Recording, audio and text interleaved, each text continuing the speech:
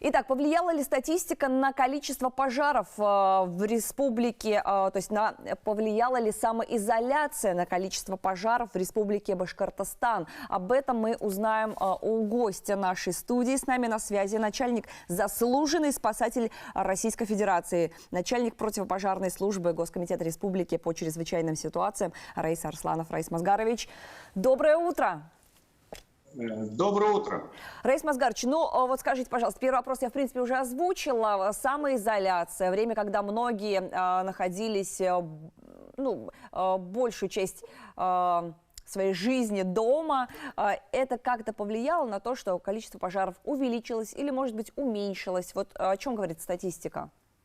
Я, конечно, применю такое слово, как «возможно», потому что действительно необычное такое состояние, когда была самоизоляция наших граждан. И статистика пожаров показывает, что у нас количество пожаров снизилось по сравнению с аналогичным периодом того года на 11%.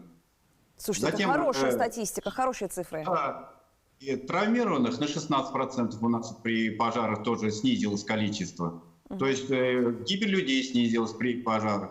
То есть меньше стало горение травы, таких мусора и так далее, где в основном присутствует человек, его неосторожное обращение с огнем приводит к таким пожарам. Возможно, тоже повлияло. Слушайте, это на самом деле здорово, потому что каждый раз, общаясь в эфире с представителями Госкомитета Республики по чрезвычайным ситуациям, цифры такие печальные, статистика постоянно увеличилась, а здесь, можно сказать, насколько это можно сказать, оптимистичные очень данные вы даете. С чем это связано? Люди стали более осознаннее, я не знаю, может быть, вы рейды какие-то устраивали, предупреждали всех? Во-первых, действительно, вы правильно отмечаете о том, что действительно много было сделано для того, чтобы довести до сознания людей о том, что наступает летний пожароопасный период, что необходимо принять меры по установлению особого противопожарного режима своих хозяйств, действительно ограничить выходы в лес, на пикники и так далее, то, что термин самоизоляции вы применяли и так далее. Но самое главное то, что органы надзора, и в том числе и граждане, показывают примеры о том, что более стало социально ответственно к этим вещам. И, соответственно, мы видим такие положительные эффекты, как за этот аналогичный период снижение количества пожаров. Вот я хочу спасибо сказать огромное всем жителям Республики Башкортостан за то, что вы бережете себя и бережете всех своих окружающих. И все-таки, наверное, пожарные извещатели, их количество увеличивается, то есть количество людей, которые применяют их, используют их, увеличивается. Они тоже дают определенный эффект, хороший эффект. Да. Если мы говорим по пожарным извещателям, действительно, этот эффект, он виден. Почему? Потому что в соответствии с указом главы республики у нас и расширена категория людей, которым выдается, устанавливается за счет республики, за счет средств бюджета республики, категории наших граждан, которым устанавливаются эти пожарные извещатели. Но самое главное, если мы взять на сегодняшний период, идет статистика увеличения количества установленных, если извещателей. На сегодняшний день, если мы брать по статистике, более 170 тысяч установлено уже у наших граждан таких пожарных извещателей. Эффект какой?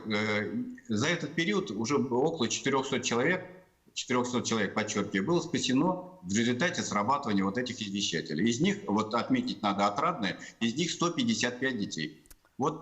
Конечный результат этой работы на сегодняшний день. Слушайте, здорово. Давайте напомним о том, кто имеет возможность получить бесплатно пожарный извещатель. Бесплатный пожарный извещатель имеет право получить отдельные категории граждан. Это малообеспеченные, социально малые семьи, многодетные семьи. Затем одинокие проживающие граждане старше 55 лет. Дополнительно в этом году еще две категории вошли. Это участники Великой Отечественной войны и приравненные к ним лица. Также семьи, у которых дети, имеющие детей до 7 лет. Просто примеры хочу сказать, просто хотел показать этот небольшой извещатель, который делает добрые дела в нашей республике, в наших домах. Просто обратить гражданам и нашим жителей вот на такую вещь. Она стоит немного, но спасает жизнь, которая стоит бесценно. Вот, я хотела подчеркнуть, что если вы не подпадаете под категорию тех людей, которые могут получить бесплатно пожарный извещатель, пожалуйста, не жалейте денег, это, это бесценно. Наша с вами жизнь в руках вот этой маленькой, совершенно недорогой штучки, я уж скажу по-своему, в руках этого пожарного извещателя. Но, тем не менее, Раис Мазгарович, пожары есть, и основные причины пожаров на сегодняшний день в республике какие?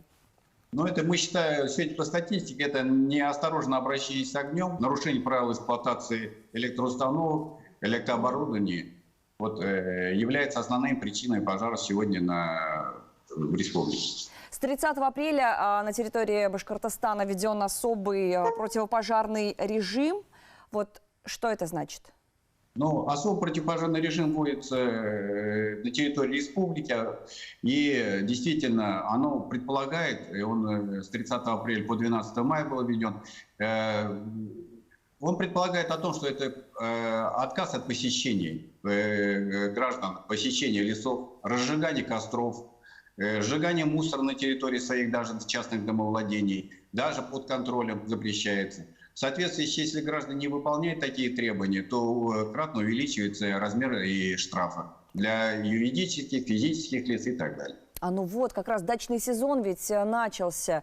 И уж не знаю, насколько все соблюдают вот эти вот меры по запрещению сжигания мусора на своих территориях. Но, друзья, штрафы, они назначены, поэтому будьте предельно аккуратны.